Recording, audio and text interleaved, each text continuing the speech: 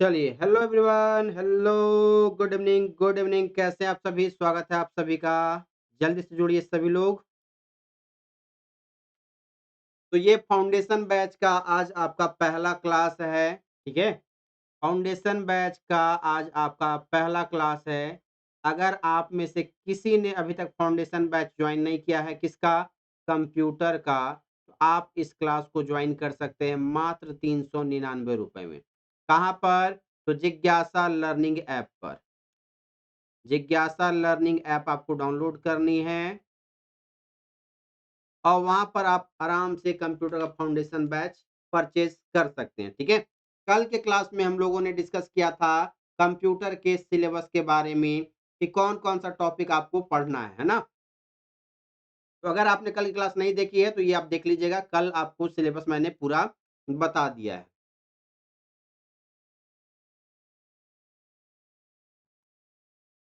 ठीक है? ये सिलेबस आपको देखने को मिल रहा है, ये यहाँ तक आपको पढ़ लेना है, सिलेबस आपको यहाँ पे नोट कर लेना है। आज हमको शुरू करना है सबसे पहले जो हमारा मेन टॉपिक है, वो टॉपिक का नाम क्या है? Introduction of computer. Introduction of computer यानी कंप्यूटर का सामान्य परिचय। इंट्रोडक्शन ऑफ कंप्यूटर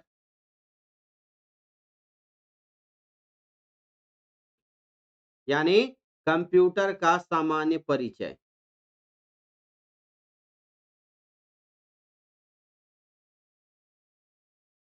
कंप्यूटर आखिर कहते किसे हैं? होता क्या है? बना कब? बनाया किसने? क्या इसकी विशेषता है? क्या ये काम करता है? मेन इन्हीं चीज़ों को आज हम की क्लास में देखने वाले हैं। साउंड वगैरह ठीक है, परफेक्ट है? एक बार बता दीजिए, जॉन तिर्की, साउंड वगैरह परफेक्ट है ना? चलो, शुरू करते हैं। तो आपके दिमाग में सवाल आना चाहिए कि कंप्यूटर क्या है? कंप्यूटर क्या है? ये सबसे आसान सा सवाल और सबसे ज़्यादा बार पूछा जाने वाला सवाल है। आपके दिमाग में याद रखना है कि कंप्यूटर एक इलेक्ट्रॉनिक डिवाइस है। अब आप कहेंगे सर इसको इलेक्ट्रॉनिक डिवाइस ही क्यों कहते हैं? इलेक्ट्रिक डिवाइस क्यों नहीं कहते हैं? इलेक्ट्रिक क्यों नहीं कहते हैं? और ये कैसा है? तो कंप्यूटर एक प्रोग्रामेबल है, यानी कि ये कोड यहाँ पे तैयार किया जाता है, रेडी किया जाता है। प्रोग्राम यानी कि इसमें सॉफ्टवेयर को रन किया जाता है। प्रोग्राम क्या होता है? सॉफ्टवेयर को ही प्रोग्राम कहा जाता है। प्रोग्राम के समूह को सॉफ्टवेयर के नाम से जाना जाता है। तो कंप्यूटर एक इलेक्ट्रॉनिक डिवाइस है। इलेक्ट्रॉनिक डिवाइस वैसा डिवाइस जिसमें थोड़ा-सा सोचने-समझने की शक्ति हो। सोचने-समझने की शक्ति इसमें डाल दी जाती है। हालाँकि इसके पास दिमाग नहीं होता, आपके दिए गए इंस्ट्रक्शन के आधार पे काम करता है, लेकिन एक सर्किट बोर्ड, एक मदरबोर्ड पर ये सभी चीज़ें कनेक्ट होती हैं। एक सर्किट बोर्ड कह सकते हैं या मदरबोर्ड पे ये सभी की सभी चीज़ें कनेक्टेड होती हैं, जिसकी मदद से आप अपने कार्यों को आसानी से कर सकते हैं। ये इलेक्ट्रॉनिक डिवाइस काम क्या करता है? तो डेटा लेने का काम करता है, दैट टेक्स डेटा। ये आपसे क्या करता है? सूचनाएँ लेने का काम करता है। सूचना लेने के बाद आपके द्वारा दिए गए निर्देशों के हिसाब से यानी आप जो भी इंस्ट्रक्शन कंप्यूटर को देने वाले हैं, आपके द्वारा दिए गए इंस्ट्रक्शन के आधार पर वो काम करता है। और काम क्या करता है? तो जवाब होगा सर ये अरिथमेटिक एंड लॉजिकल वर्क करने का काम करता है। यानी अंकगणितीय और तार्किक कामों को करने का काम करता है। ये काम करने के बाद ये क्या करता है? तो आपका जवाब होगा सर ये आउटपुट प्रदान करने का काम करता है। क्या करता है सर? आउटपुट देने का काम करता है, ठीक? सबसे पहले क्या कर रहा है? ये डेटा लेने का काम करता है। उसमें आपके द्वारा दिए गए इंस्ट्रक्शन के आधार पे अरिथमेटिक और लॉजिकल ऑपरेशन करने का काम करता है। उसके बाद फिर क्या करता है? आउटपुट देने का काम करता है। क्या करता है? आउटपुट देने का काम करता है, ठीक है? अब ये कैसे डेटा लेता है, कैसे इंस्ट्रक्शन करता है, कैसे ये आउटपुट प्रदान करता है, वो एक-एक करके ध्यान से समझिएगा चीज़ों को। वो एक-एक करके ध्यान से समझ लीजिए क्योंकि अगर अभी नहीं समझे, तो फिर कभी नहीं समझे। बुझे बबुआ? चलिए समझते हैं यहाँ पे। सबसे पहले ध्यान से समझिए, ठीक है? थोड़ा-सा एक ब्लैंक पेज यहाँ पे ऐड कर लेते हैं ताकि चीज़ें आपके लिए आसान हो जाएँ, है ना? चीज़ें आपके लिए आसान हो जाए थोड़ी-सी यहाँ पे 1 मिनट का बस टाइम दीजिएगा।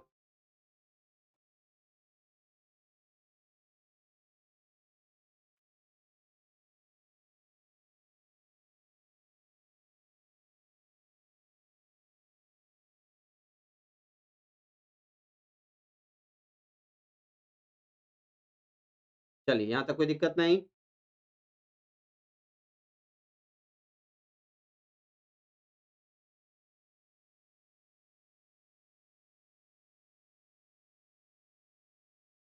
ध्यान से समझिए। क्या कह रहा है? कंप्यूटर जो है एक प्रोग्रामेबल इलेक्ट्रॉनिक डिवाइस है, जो कि डेटा लेने का काम करता है। अब आपके दिमाग में आना चाहिए एक शब्द डेटा,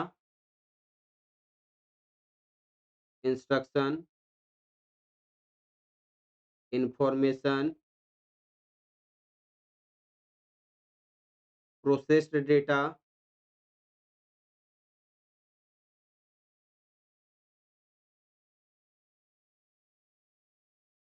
प्रोसेस्ड डेटा,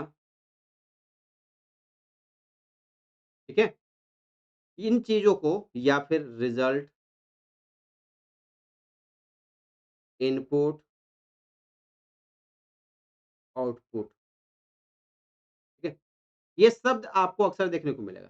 कंप्यूटर में ध्यान दीजिएगा, कंप्यूटर में जो कुछ भी डाला जाता है, वो या तो डेटा होता है या तो इंस्ट्रक्शन होता है, ठीक? फाइनल रिज़ल्ट जो कुछ भी तैयार होता है, उसे हम लोग इन्फॉर्मेशन के नाम से जानते हैं। फाइनल रिज़ल्ट को इन्फॉर्मेशन या आउटपुट आप कह सकते हैं और जो डेटा या इंस्ट्रक्शन कंप्यूटर में डाला जाता है, वो आपका इनपुट होता है। इनपुट हुए डेटा को ही हम लोग क्या करते हैं, डेटा के साथ में प्रोसेसिंग का काम किया जाता है और ये प्रोसेसिंग का काम कौन करता है? जवाब होगा सर सीपीयू के द्वारा किया जाता है। सीपीयू का काम जैसे ही प्रोसेसिंग करना खत्म हो जाता है, वो आपको एक रिज़ल्ट प्रदान करता है और ये फाइनल रिज़ल्ट क्या कहलाता है? फाइनल रिज़ल्ट क्या कहलाता है? जवाब होगा सर ये आउटपुट कहलाता है सर। क्या कहलाता है? आउटपुट के नाम से जाना जाता है। इस बात को आपको याद करके नोट करके रख लेना है, ठीक? तो यहाँ पे कंप्यूटर काम किस प्रकार का करता है? या तो ये मैथमेटिकल वर्क करेगा, मैथमेटिकल वर्क करेगा या आपका लॉजिकल वर्क करेगा। क्या करेगा? लॉजिकल वर्क करेगा। अब यहाँ पे आपके दिमाग में आना चाहिए सर डेटा क्या होगा और ये रिजल्ट जो है हमारा इन्फॉर्मेशन ये क्या होगा? इन्फॉर्मेशन क्या होगा? एक आसान सा एग्जांपल समझते हैं। कोई भी एग्जाम आप देने गए, एग्जाम देने गए, दिए ही होंगे। एग्जाम के बाद आपका क्या आता है? आंसर की आता है। कभी-कभी क्या होता है ना कि जो डेटा होता है वो भी इन्फॉर्मेशन का ही काम करता है, लेकिन वो कंप्लीट इन्फॉर्मेशन नहीं होता है। कभी-कभी डेटा भी इन्फॉर्मेशन का काम करता है, लेकिन वो कंप्लीट इन्फॉर्मेशन नहीं होता है। जैसे एग्ज़ाम्पल समझिए, आंसर की आने के बाद आपका कितना मार्क्स आ रहा है, आपका कितना मार्क्स आ रहा है ये पता चल गया, ये पता चल गया। आपका मार्क्स आपको पता चल गया, कितना आपने सही किया, कितना गलत किया वो आपको पता चल गया यहाँ पर, ठीक? इससे ये कि पता चल गया कि आप यहाँ पे उस लायक हैं या नहीं हैं, ये पता चल गया। लेकिन क्या आप श्योर हैं? कहिएगा नहीं। तो जब सभी डेटा को, सभी आंसर की को प्रोसेसिंग किया जाता है, यानी सबको सीक्वेंस में चेक किया जाता है, वेरीफाई किया जाता है, उसको अरेंज किया जाता है। तो अरेंज करने के बाद, प्रोसेसिंग के बाद जो रिज़ल्ट तैयार होता है, इसको आप लोग क्या कहते हैं? रिज़ल्ट कहते हैं, मेरिट लिस्ट कहते हैं, फाइनल रिज़ल्ट कहते हैं। वो बेसिकली क्या हो गया? आउटपुट हो गया, यानी वो इन्फॉर्मेशन के रूप में यहाँ पे देखा जाता है। ठीक है? तो यहाँ पे जैसे आप कह सकते हैं यहाँ पे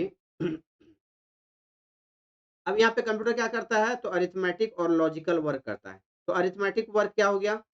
तो जोड़-घटाव, ये क्या हो गया? सिंपल सा अरिथमेटिक यानी मैथमेटिकल। लॉजिकल वर्क, हर समय लॉजिक 5 बढ़ा कि 2 बढ़ा कि 2 बढ़ा कि 5 बढ़ा। ये आप लॉजिक लगाते हैं ना? और कहाँ लॉजिक लगता है? तो आप अभी बेरोज़गारी के दौर में जब गुज़रते हैं बंदे, तो अक्सर या तो जनरल में या स्लीपर क्लास में आप सफ़र करते हैं, ट्रेन की बात करें तो। ठीक है? इसी में सफ़र करते हैं हम लोग। तो यहाँ पर जब अकेले जा रहे हैं, तो अक्सर क्या करते हैं बंदे कि सर एकदम मस्त वाला ना अपर सीट लेते हैं और पूरा सफ़र आराम से सो के तय करेंगे। सो कर तय करेंगे सर, कोई डिस्टर्बेंस नहीं चाहिए वहाँ पे, ठीक है? तो सबसे पहले आपने क्या चूज़ किया? तो स्लीपर क्लास चूज़ किया। स्लीपर में बोगी चूज़ करने का है, S1 से लेके S8 S9 वो अलग-अलग ट्रेन का अलग-अलग वहाँ पे देखने को मिलेगा, है ना? ये आपने बोगी उसको सेलेक्ट किया, उसमें से सीट आप सेलेक्ट करते हैं, लोअर चाहिए, मिडल चाहिए, अपर चाहिए, साइड लोअर, साइड अपर चाहिए, ये आप वहाँ पे सेलेक्ट करते हैं। वहाँ पे क्या लगा रहे हैं आप? लॉजिक लगा रहे हैं। क्या लगा रहे हैं आप? लॉजिक लगाने का काम कर रहे हैं।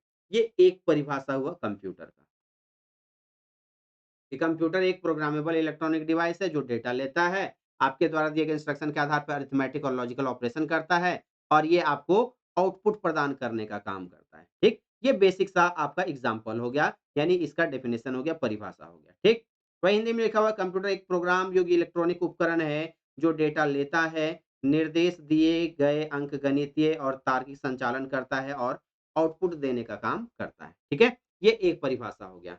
अब दूसरा यहाँ पे ध्यान से समझिए जो आपको हम बता चुके हैं, दूसरा परिभाषा क्या कह रहा है वो ध्यान से नोट कर लीजिएगा। दूसरा परिभाषा सिंपल सा लिखा हुआ है जिसके बारे में यहाँ पे क्या लिखा गया है वो पढ़िए कि इसको स्टार मार्क करके नोट कीजिएगा। क्या कह रहा है? Whatever is given to the computer as input, computer में जो कुछ भी इनपुट किया जाएगा, उसे डेटा के नाम से जाना जाएगा। क्या कहेंगे? Whatever is given to the computer as input is called data, while the output receive after processing is called information. और जब प्रोसेसिंग के बाद आउटपुट प्राप्त होता है, इसे हम लोग क्या कहते हैं? इंफॉर्मेशन के नाम से जानते हैं। तो इनपुट आपका डेटा या इंस्ट्रक्शन होगा और फाइनल रिजल्ट जो होगा, ध्यान दीजिएगा, फाइनल रिजल्ट को हम लोग क्या कहते हैं? इंफॉर्मेशन के नाम से जाना जाता है। बताइए यहाँ तक कोई दिक्कत किसी को?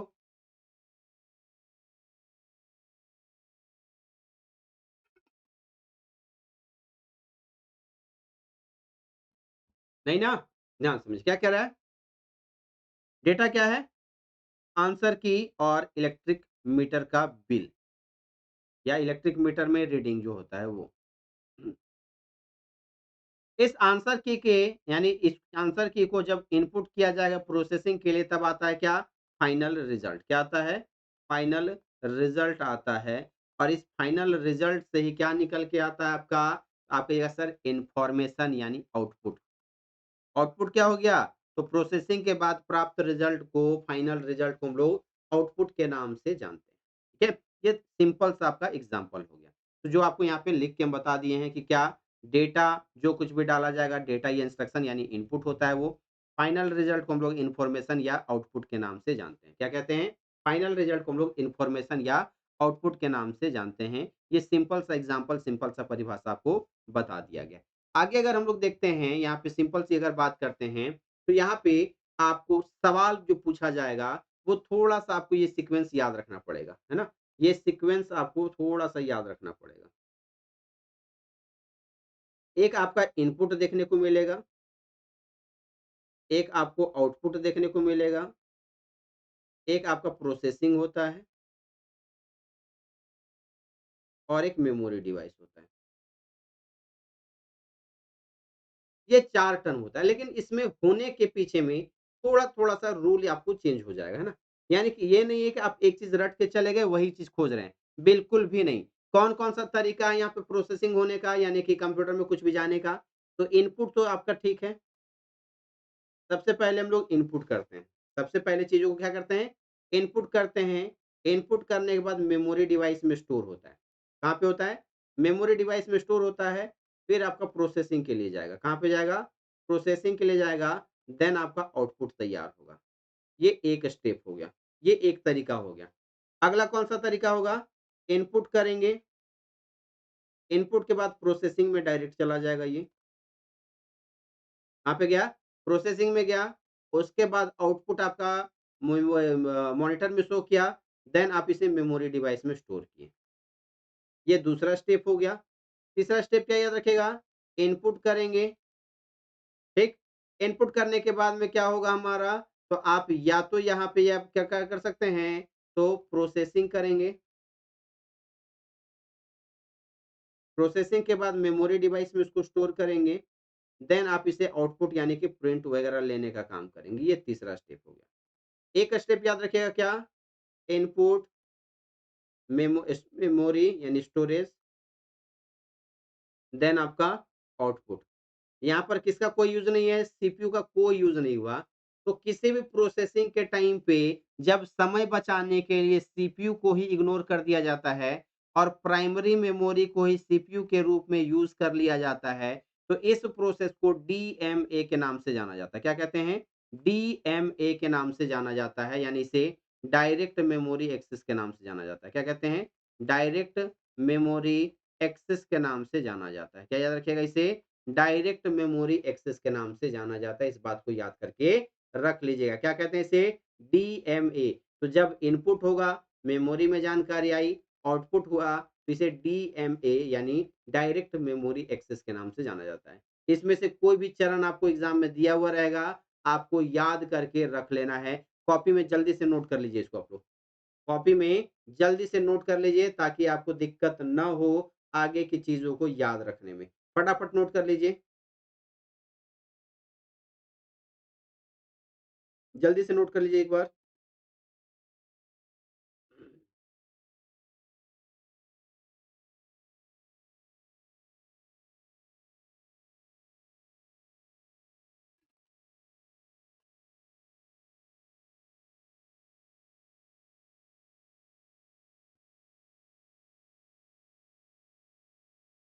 नोट हो जाए एक बार बता दीजिए।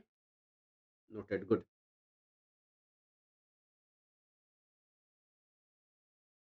चलिए सवाल देखिए।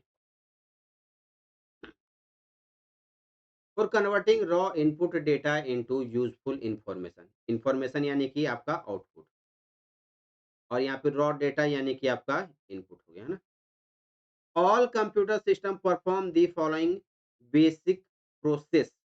अपरिष्कृत इनपुट डेटा को उपयोगी जानकारी में परिवर्तित करने के लिए सभी कंप्यूटर सिस्टम निम्नलिखित मूल प्रक्रिया को निष्पादित करते हैं। इसमें से कौन सा आपको सही ऑप्शन लग रहा है? कमेंट करके आप लोग कमेंट सेक्शन में बताइए। इसमें से कौन सा जवाब आपके हिसाब से सही होना चाहिए? क्या इनपुट होगा, स्टोरेज होगा, प्रोसेस होगा, देन आपका आउटपुट होगा? क्या इनपुट और प्रोसेस केवल होगा? आप कहेंगे नहीं सर। क्या पहले प्रोसेस होगा? नहीं सर। इनपुट होगा, स्टोर होगा, आउटपुट होगा। इस प्रोसेस को ही हम लोग डीएमए के नाम से जानते हैं।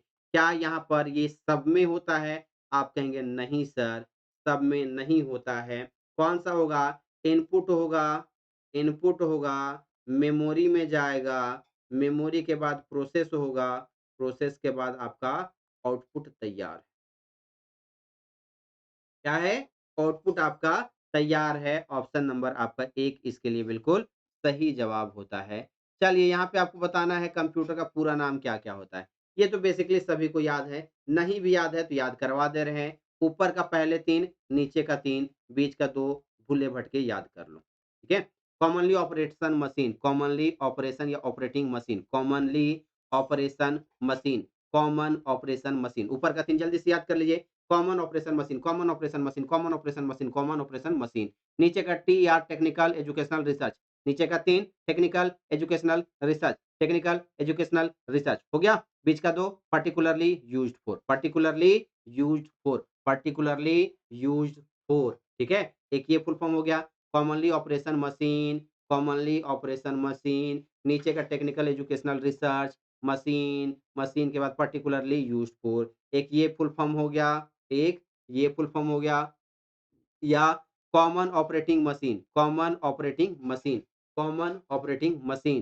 टीईआर में क्या हो गया? टेक्निकल या technological educational research, technological educational research. ये क्या है? पर्टिकुलरली की जगह में आपका purposely used for, purposely used for, purposely used for, है ना? यहाँ पे आपको देखने को सिंपल सा मिल रहा है, ऑपरेशन मिले, ऑपरेटिंग मिले, यानी संचालन से संबंधित होगा।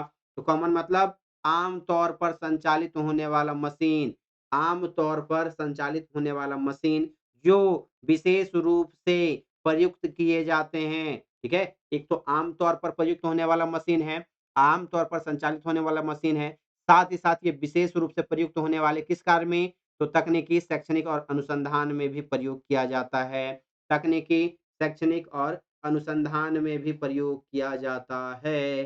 Technical educational research, technical educational research, है ना? particularly used for, particularly used for, commonly common operation operating machine, particularly, ठीक है? particularly used for technical educational research। बोलो याद हुआ कि नहीं?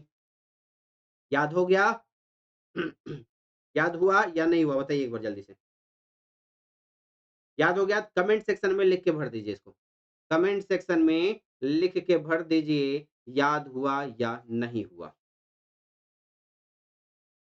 हो गया ना? बिल्कुल, ऐसे ही याद करेंगे हम लोग, है ना? तो कंप्यूटर का पूरा नाम क्या है? कॉमन ऑपरेटिंग मशीन या common operation machine, commonly operated machine, ये भी कह सकते हैं। पर्पसली या पर्टिकुलरली, यू से used for technological, technical, educational, research, बस इतना तो याद ही करना है। बात करते हैं कंप्यूटर शब्द के इतिहास की, है ना? यानी ये टर्म जो है आया कब और कहाँ से? हिस्ट्री ऑफ कंप्यूटर टर्म कब आया, कहाँ से आया, कैसे आया, नाम क्यों पड़ा इसका कंप्यूटर? तो कंप्यूटर बेसिकली क्या है? कैलकुलेटिंग डिवाइस है, यानी गणना करने वाला यंत्र है। क्या है? गणना करने वाला एक प्रकार का यंत्र है, गणना करने वाला यंत्र है। ये तो सिंपल सा पता है सभी को। तो बात करते हैं द टर्म कंप्यूटर, ये कंप्यूटर टर्म जो है सबसे पहली बार 1640 में आपका इंट्रोड्यूस किया गया था। ठीक है? यूज में आया नहीं, बस इंट्रोड्यूस किया गया था 1640 में, जो कि क्या दिखाता है? बताता है कि ये एक वन हु कैलकुलेट्स, जो कि एक गणना कर सकता है। कंप्यूटर सबसे पहली बार 1640 में पेश किया गया था, इसे गणना करने वाला कहा गया। क्या कहा गया? गणना करने वाला कहा गया। ये कैसा है? तो याद रखिएगा, कंप्यूटर एक लैटिन वर्ड है। कैसा शब्द है? लैटिन भाषा का शब्द है। कैसा है? लैटिन भाषा का शब्द है। ठीक? लैटिन भाषा के किस शब्द से? तो कंप्यूटरे शब्द से आया है। किससे आया है? कंप्यूटरे शब्द से आया है। इस बात का नोट करके रख लेना है। ठीक है? एक कंप्यूटरे शब्द से आया है, एक कंप्यूटे शब्द से आया है। ठीक है? ग्रीक के कंप्यूटे शब्द से और यहाँ पे लैटिन के कंप्यूटरे शब्द से लिया गया है। दोनों से ही आया है ना? जिसका मतलब क्या होता है? टू कैलकुलेट, यानी गणना करना। To calculate. 1997 में, इन 1897, जब हमारे सुभाष चंद्र बोस जी का जन्म हुआ था, it was known as calculating machine. 1897 के आसपास में इसे कैलकुलेटिंग मशीन के नाम से जाना जाता था। 1945 ये वो साल था जब रियल में आपका आधुनिक कंप्यूटर, मॉडर्न कंप्यूटर का शुरुआत होता है, यानी वो सीक्वेंस शुरू हो चुका था। उस समय रियल में कंप्यूटर शब्द का प्रयोग किया जाना चालू किया गया। यानी 1945 में ये टर्म जो है कंप्यूटर, उस समय ये कंप्यूटर छोटा नाम नहीं बल्कि पूरा नाम इसका दिया गया। और कंप्यूटर को उस समय क्या जाना जाता था? तो प्रोग्रामेबल डिजिटल इलेक्ट्रॉनिक कंप्यूटर कहा जाता था। पूरा नाम क्या था इसे? Programmable digital electronic computer. क्या कहा जाता था? प्रोग्रामेबल डिजिटल इलेक्ट्रॉनिक कंप्यूटर के नाम से जाना जाता था, जिसे शॉर्ट में हम लोग क्या कहते हैं? कंप्यूटर के नाम से जानते हैं। ठीक है? वर्तमान समय में इसे शॉर्ट में क्या कहते हैं? कंप्यूटर। इन कंप्यूटर कैसा डिवाइस है? तो प्रोग्रामेबल डिजिटल इलेक्ट्रॉनिक डिवाइस है ये ना, पीडीईसी। क्या है? पीडीईसी है, प्रोग्रामेबल डिजिटल इलेक्ट्रॉनिक कंप्यूटर। क्या है ये? प्रोग्रामेबल डिजिटल इलेक्ट्रॉनिक कंप्यूटर है ये। ठीक? इतना सब बेसिक सी बात आपको याद रखना है। तो बस आप नोट करके रखिए, कंप्यूटर शब्द जो है ये लैटिन भाषा का शब्द है, जिसका मतलब होता है टू कैलकुलेट, यानी गणना करने वाला यंत्र। ठीक? 1945 में आधुनिक कंप्यूटर का नाम यहाँ पे पड़ा गया, जिसे कंप्यूटर के नाम से जाना जाता है। और ये क्या नाम पड़ा? तो प्रोग्रामेबल डिजिटल इलेक्ट्रॉनिक कंप्यूटर इसका नाम पड़ गया। चलो, यहाँ बेसिक सी बात थी। इतना सा बात अगर आपको याद हो गया है तो बढ़ जाए आगे। नोट्स आपको प्रिंट फॉर्मेट में मिलेगा। पेड बैच में आपको नोट्स जो है वो प्रिंट फॉर्मेट में मिलेगा। प्रिंट फॉर्मेट में रहेगा और बाइलिंगुअल रहेगा। जो टॉपिक मुझे लिखवाना होगा मैं पहले ही बता दूँगा कि ये चीज़ आपको नोट करते हुए चलना है। बाकी आपको कंप्लीट समझाते हुए चलेंगे और जो एक्स्ट्रा चीज़ कुछ लिख रहे हैं, वो चीज़ आपको बस नोट करते हुए चलना है। ठीक है?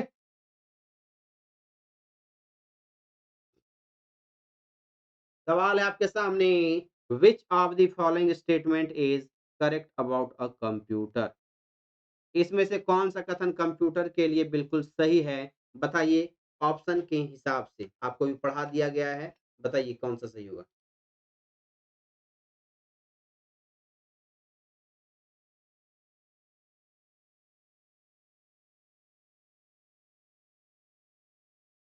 जल्दी से बताइए कौन-सा सही जवाब होना चाहिए आपके हिसाब से?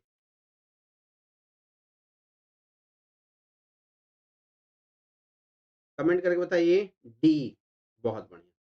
कह रहा है a computer is composed of only software, क्या कंप्यूटर केवल सॉफ्टवेयर का बना हुआ रहता है? नहीं।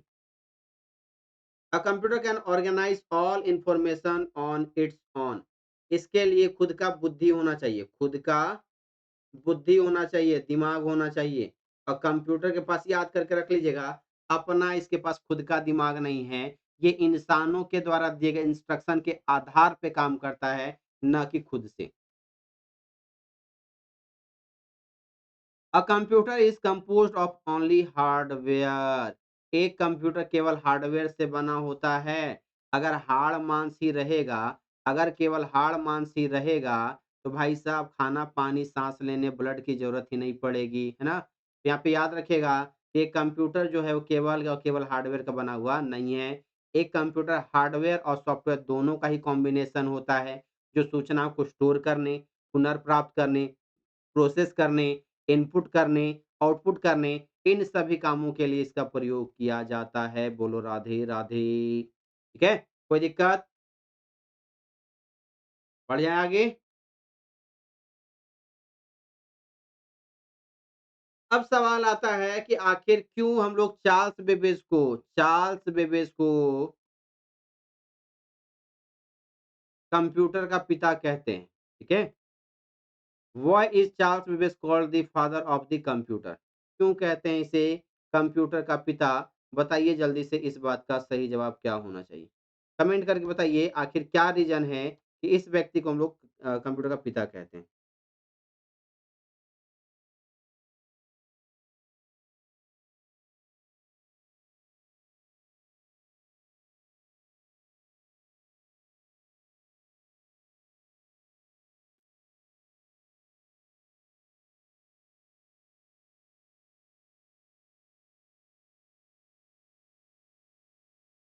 चलिए बताइए जल्दी से कमेंट करके।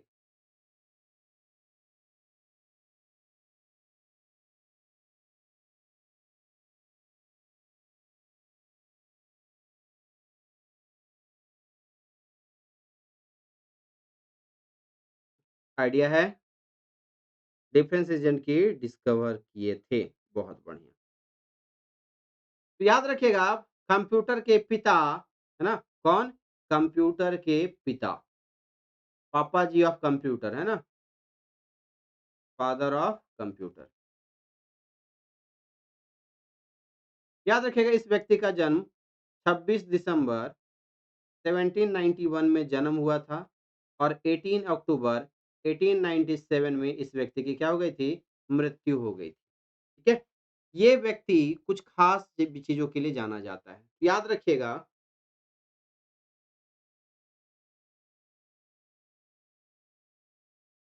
1 मिनट, चलो। ये जो आप मशीन देख रहे हैं इसका नाम बताइए। इसका नाम क्या है? पता है नाम इसका? कितना सुंदर सा मशीन दिखाई पड़ रहा है।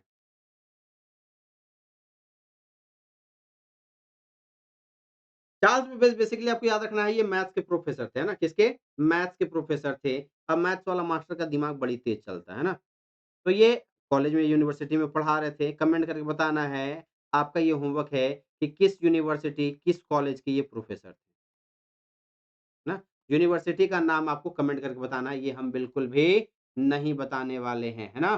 चलो, यहाँ पे ध्यान दीजिएगा, ये मशीन जो है, ये तो आपको हम बता ही देंगे। उससे पहले कहानी सुनो, मेरी जुबानी।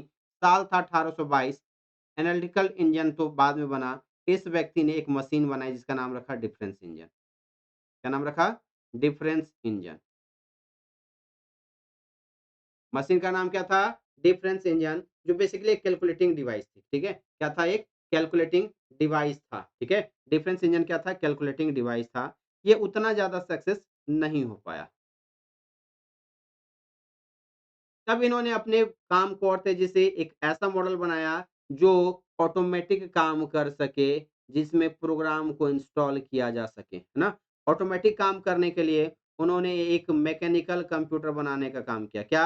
मैकेनिकल कंप्यूटर बनाने का काम किया, और ये दुनिया का पहला पहला फर्स्ट जनरल मैकेनिकल कंप्यूटर था, जो आगे आने वाले इलेक्ट्रॉनिकल यानी इलेक्ट्रिकल कंप्यूटर जितने भी इलेक्ट्रॉनिक कंप्यूटर बने, ठीक है? इलेक्ट्रॉनिक कंप्यूटर के क्षेत्र में इसमें क्या किया इन्होंने योगदान देने का काम किया, ठीक है? इलेक्ट्रॉनिक कंप्यूटर में इनके मैकेनिकल कंप्यूटर का ही डिज़ाइन कह सकते हैं एक तरीके से प्रयोग करके कॉपी किया गया। यानी कह सकते हैं कि कंप्यूटर के क्षेत्र में इनका योगदान आधुनिक कंप्यूटर में पुरजोर तरीके से पढ़ने देखने को मिलता है। जिस कारण से इस व्यक्ति को हम लोग क्या कहते हैं, बाद में इन्होंने कौन-सा डिवाइस बनाया? तो याद रखिएगा सन 1837 या 1839 लिखा हुआ एग्ज़ाम में मिलेगा, है ना? इसमें इस व्यक्ति ने एक डिवाइस बनाई जिसे एनालिटिकल इंजन के नाम से जाना जाता है। क्या कहते हैं? एनालिटिकल इंजन के नाम से इस डिवाइस को जाना जाता है। ये डिवाइस ऐसा डिवाइस था जिसमें फर्स्ट टाइम क्या किया गया? प्रोग्राम को डालने का काम किया गया। ठीक है? इसमें प्रोग्राम यानी सॉफ्टवेयर इंस्टॉल करने का प्रयास किया गया था, ठीक है? ताकि ये ऑटोमैटिक तरीके से काम कर सके। तो चार्ल्स बेबेज जब यहाँ पे काम कर रहे थे, तो इन्होंने ये डिवाइस बनाने का काम किया। डिवाइस का नाम क्या था? Analytical engine. और ये क्या था? तो दुनिया का आपका पहला क्या था? जनरल मैकेनिकल कंप्यूटर था। क्या था ये? जनरल मैकेनिकल कंप्यूटर था, जिसके बाद से इस व्यक्ति को हम लोग फादर ऑफ कंप्यूटर के नाम से जानते हैं। अब प्रोग्राम इंस्टॉल करने की जब बारी आई, तो इस व्यक्ति के प्रयास सफल नहीं हो पाए, है ना? इस व्यक्ति के प्रयास जो हैं सफल अकेले नहीं हुआ, तब इन्होंने अपनी ही छात्रा का मदद लेने का योजना बनाने का काम किया और इनकी छात्रा का जो नाम था, ठीक है? यानी इनकी जो स्टूडेंट थी, जिसे दुनिया का पहला प्रोग्रामर भी कहा जाता है, वर्ल्ड फर्स्ट प्रोग्रामर दुनिया का पहला प्रोग्रामर एक महिला थी, ये बात आपको याद करके रख लेना है। इस महिला का नाम क्या था? तो याद रखिएगा लेडी एडा Agusta न्यूल king countess of loveless,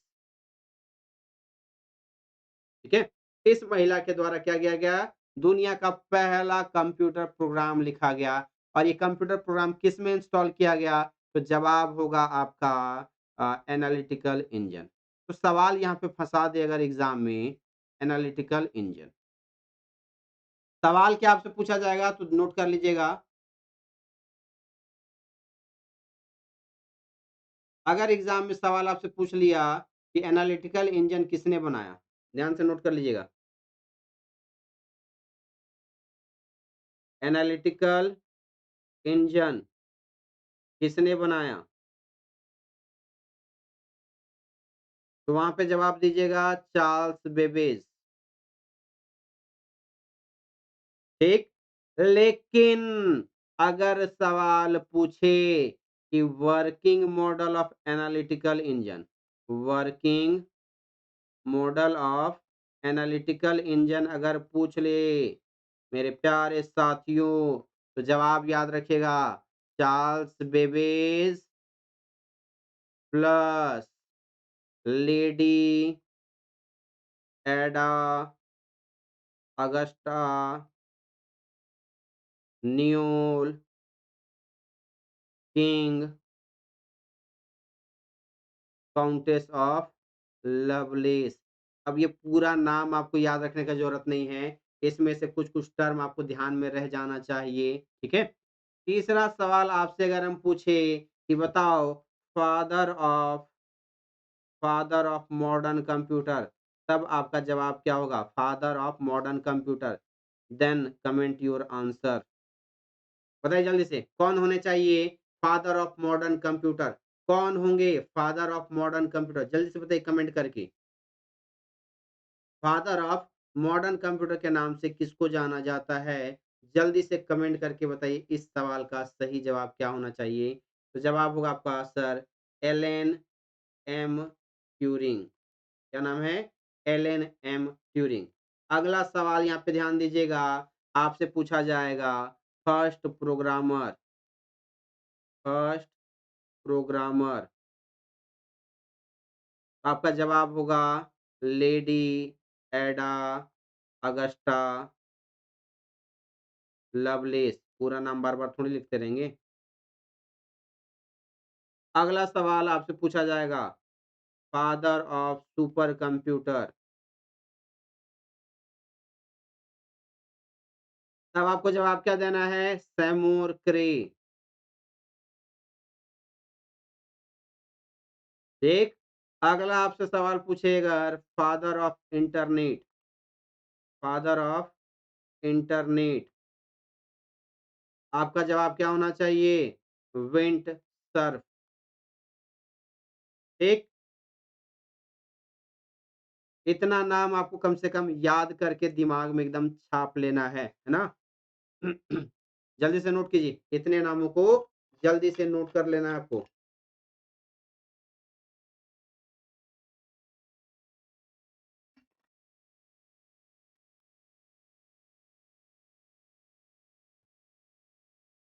जल्दी से नोट कीजिए, उसके बाद आगे देखते हैं कुछ और बेहतरीन कॉन्सेप्ट।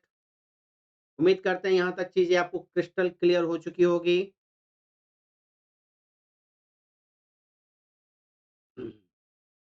इस व्यक्ति के द्वारा, चार्ल्स बेबेज के द्वारा क्या बनाया गया था? Mechanical computer. और यहाँ पे एलन एम ट्यूरी के द्वारा क्या बनाया गया? इलेक्ट्रिकल कंप्यूटर बनाने का काम किया था, है ना?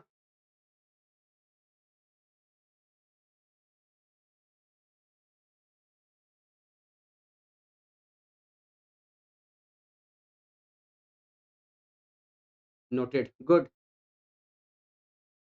अब देखते हैं कंप्यूटर की कुछ विशेषता। क्या क्या गुण छिपे हैं तेरे अंदर रे दादा, बताओ एक बार जरा हम भी देख लें, है ना? तो कंप्यूटर की कौन कौन सी विशेषता है, वो हम लोग एक एक करके देखने वाले हैं। सबसे पहली जो विशेषता है इसकी, वो है इसकी गति। यानी काम करने का जो इसका स्पीड है, वो गजब का है ना? यानी जितने देर में एक इंसान सोचता रहेगा, उतने देर में ये आंसर दे के निकल जाएगा। वर्तमान समय में अलग-अलग जगह पे इसकी अलग-अलग गति देखने को मिलती है। पहले इसकी अलग गति थी, ठीक है? अभी के टाइम में एक कंप्यूटर जो है, बिलियन ही नहीं, ट्रिलियन में भी कैलकुलेशन कर सकता है। ट्रिलियन में भी कैलकुलेशन कर सकता है। ये बात आपको याद करके नोट करके रख लेना है। ठीक है? तो एक कंप्यूटर की अभी वर्तमान जो गति है नॉर्मल यहाँ भी कंप्यूटर की, वो गीगाहर्ट्ज़ में। पहले क्या थी? मेगाहर्ट्ज़ में। उससे पहले किस में मापा जाता था? एमआईपीएस में मापा जाता था। सुपर कंप्यूटर की गति किस में? फ्लॉप्स में मापा जाता है। प्रिंटर की गति पीपीएम में मापी जाती है, एलपीएम में मापी जाती है, सीपीएस में मापी जाती है। ये अलग-अलग गति का नापने का तरीका होता है। तो एक कंप्यूटर वर्तमान समय में जो है ना, वर्तमान समय अभी की बात कर रहे हैं, तो यहाँ पे 10 टू पावर 9 कैलकुलेशन पर सेकंड कर सकता है। 1 सेकंड में लगभग ये 1 अरब से भी ज़्यादा कैलकुलेशन करने के लिए अपने आप को तैयार कर चुका है। वर्तमान समय में नॉर्मल कंप्यूटर की गति देखें तो 4.2 गीगाहर्ट्ज़ तक आपको देखने को मिल जाएगा। कितना? 4.2 गीगाहर्ट्ज़ तक इसका, गीगा का मतलब होता है 10 टू पावर 9, हर्ट्ज़ का मतलब होता है बार, और यहाँ पे कैलकुलेट करना, यानी 10 टू पावर 9 बार ये 1 सेकंड में कैलकुलेट करने का काम करता है। ठीक है? अब यहाँ पे सवाल एग्ज़ाम में पूछा गया था, वो सवाल हम आपको बता देते हैं। सवाल क्या अक्सर पूछा जाएगा कि एक कंप्यूटर जो है, उसकी गति जो है, यानी वो 1 सेकंड में 1 सेकंड में 10 टू पावर 9 कैलकुलेशन कर सकता है। 10 टू पावर 9 कैलकुलेशन कर सकता है, यानी कि ये लगभग कितना होता है आपका? 1 अरब के आसपास होता है। कितना होता है? 1 अरब के आसपास होता है, और ये कितना है? 4, यानी कि वर्तमान समय में कितना है? 3 से लेकर 4.2 इंटू 10 टू पावर 9, ये क्या है? 3 इंटू 10 टू पावर 9 गीगाहर्ट्ज़।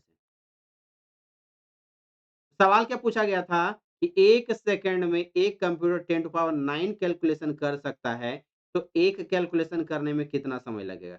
एक कैलकुलेशन करने में कितना समय लगेगा? ये सवाल जब पूछा गया, तो लोगों को लगा पता नहीं कौन-सा चीज़ पूछा गया, है ना? तो यहाँ पे क्या था, क्या 10 टू पावर 9 कैलकुलेशन करने में 1 सेकंड लग रहा है, तो एक कैलकुलेशन करने में कितना लगेगा? 1 बाय 10 टू पावर 9, जब ऊपर जाएगा तो 10 टू पावर -9, और 10 टू पावर -9 को नैनो सेकंड कहा जाता है। ठीक है? एक कैलकुलेशन करने में एक कंप्यूटर को कितना समय लगता है? तो जवाब होगा सर नैनो सेकंड लगता है। कंप्यूटर की गति कौन-कौन सी नापी जाती है? याद रखिएगा, एक गीगाहर्ट्ज़, या मेगाहर्ट्ज़, दोनों में से एक दिया हुआ रहेगा। ये दोनों नहीं दिया हुआ है तो आपको एमआईपीएस लिखा हुआ मिलेगा, यानी मिलियन इंस्ट्रक्शन पर सेकंड, मिलियन इंस्ट्रक्शन पर सेकंड, ठीक है? चलो, तो मेगाहर्ट्ज़ को मेगाहर्ट्ज़ लिखते हैं या गीगाहर्ट्ज़ लिखते हैं, ये सब आपको बता दिए। प्रिंटर की स्पीड पीपीएम यानी पेज पर मिनट, एलपीएम यानी लाइन आईपीएम इमेज पर मिनट या एलपीएम यानी लाइन पर मिनट।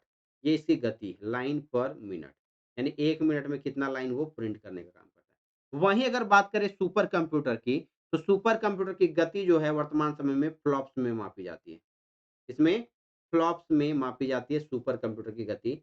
इसे फ्लोटिंग पॉइंट ऑपरेशंस पर सेकंड के नाम से जाना जाता है। क्या कहते हैं इसे? फ्लोटिंग पॉइंट ऑपरेशन पर सेकंड के नाम से जाना जाता है। ये सिंपल सी बात, सिंपल सी परिभाषा आपको याद करके रख लेनी है, ठीक? अब एक सवाल आपके दिमाग में आना चाहिए यहाँ पे कि सर ये गीगाहर्ट्ज़ और मेगाहर्ट्ज़ थोड़ा समझा दीजिए। इसको गीगाहर्ट्ज़ और मेगाहर्ट्ज़ को थोड़ा-सा समझा दीजिए सर, ये थोड़ा-सा दिमाग में आ नहीं रहा है ना? थोड़ा-सा समझा दीजिए, आखिर है क्या?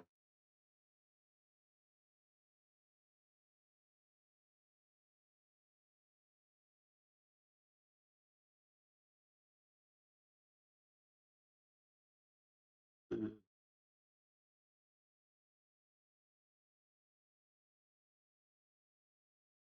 बताइए कोई दिक्कत? चलो, यहाँ पे ध्यान से थोड़ा-सा कॉन्सेप्ट यहाँ पे समझिए। कंप्यूटर जब भी काम करता है ना, चाहे डेटा स्टोर करना हो या कुछ भी इनपुट करना हो या सीपीयू कुछ भी प्रोसेसिंग का काम करता है, उसके पास जो कुछ भी जानकारी आती है वो 0 और 1 के फॉर्म में ही आता है। किसमें आता है? 0 और 1 के फॉर्म में ही आता है। 0 का मतलब होता है कुछ हो नहीं और 1 का मतलब होता है काम का। यानी कंप्यूटर में जब 0 आता है, तो ये आपका इलेक्ट्रिक पल्स को यानी कि सिग्नल को 0 कह सकते हैं। सिग्नल को 0 यानी कुछ भी नहीं, ठीक है? इलेक्ट्रिक पल्स ऑफ कहा जाता है इसको। क्या कहा जाता है? ऑफ को इंडिकेट करता है और 1 जो है ये ऑन शो करता है। यानी आप सिंपल सी परिभाषा में अगर समझे तो आप बल्ब का स्विच देखे होंगे। एक बार प्रेस करते हैं तो ऑन होता है, एक बार प्रेस करते हैं तो ऑफ होता है, ठीक है? ऊपर की तरफ प्रेस कर दिए तो क्या हो गया यहाँ पे प्रेस किया तो ऑन हो गया, ऊपर से नीचे दबा दिए तो ऑफ हो गया। यानी बल्ब क्या होता है? Switch on, switch off, switch on, switch off. तो ऑन किए तो ऑफ हो गया, एक बार प्रेस किए तो ऑन हो गया। ऑन किए, ऑफ किए, ठीक है? साउंड मिसमैच हो रहा है, ऐसा तो नहीं होना चाहिए। अभी ठीक है? अब ठीक है या अभी भी मिसमैच है?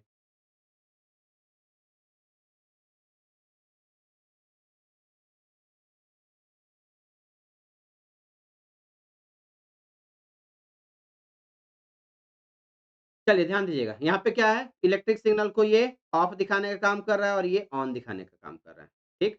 तो एक बार ऑन हुआ, एक बार ऑफ हुआ, ऑन हुआ, ऑफ हुआ, एक बार ऑन हुआ, फिर ऑफ हुआ, ऑन हुआ, ऑफ हुआ, ऑन हुआ, ऑफ हुआ, ठीक? तो ये एक बार ऑन होने और ऑफ होने में जो समय लगता है उसी को हर्ट्ज़ के नाम से जानते हैं। सिग्नल को एक बार ऑफ होने और ऑन होने में जितना समय लगा उसको हम लोग क्या करें? हर्ट्ज़ के नाम से जानते हैं और याद रखिएगा ये ऑन ऑफ होने का जो काम है, ये 1 सेकंड में 1 सेकंड में 1 सेकंड में ऑन ऑफ होने का जो काम है, वो आपका 10 टू पावर 6 से लेकर 10 टू पावर 9 बार होता है। कितना? 10 टू पावर 6 से लेकर 10 टू पावर 9 बार होता है, ये भी बात आपको याद करके रख लेनी है। कितना होता है? 10 टू पावर 6 से लेकर 10 टू पावर 9 बार होता है, ये बात आपको याद करके रख लेनी है। ठीक है? बताइए यहाँ तक कॉन्सेप्ट क्लियर? लगता है थोड़ा-सा यहाँ पे बफरिंग हो रहा है, नेटवर्क का इश्यू भी लग रहा है। आज के सेशन को यहीं तक रखते हैं। इसके आगे का हम लोग कल के क्लास में करने वाले हैं, ठीक है? इसके आगे का। तो जितने भी नए लोग जुड़े हुए हैं, अगर आपने अभी तक फाउंडेशन बैच कंप्यूटर का जॉइन नहीं किया है, तो कुछ नहीं करना है। जिज्ञासा लर्निंग ऐप आपको डाउनलोड कर लेनी है और आपको मात्र ₹399 में कितने में? मात्र ₹399 में कंप्लीट कंप्यूटर का फाउंडेशन बैच आपको मिल जाएगा। तो आप इस बैच को जॉइन कर लीजिए और अपनी तैयारी को चाहे जेएसएससी सीजीएल हो, सहायक आचार्य हो या फिर आपका क्लर्क हो, एसएससी सीजीएल हो, हर एक एग्ज़ाम के लिए फाउंडेशन बैच आपके लिए रामबाण सिद्ध होने वाला है। ठीक है? तो अपनी तैयारी को कीजिए बेहतर। मिलते हैं आपसे कल की क्लास में। ठीक है? तब तक के लिए take care, bye bye and thank you so much everyone and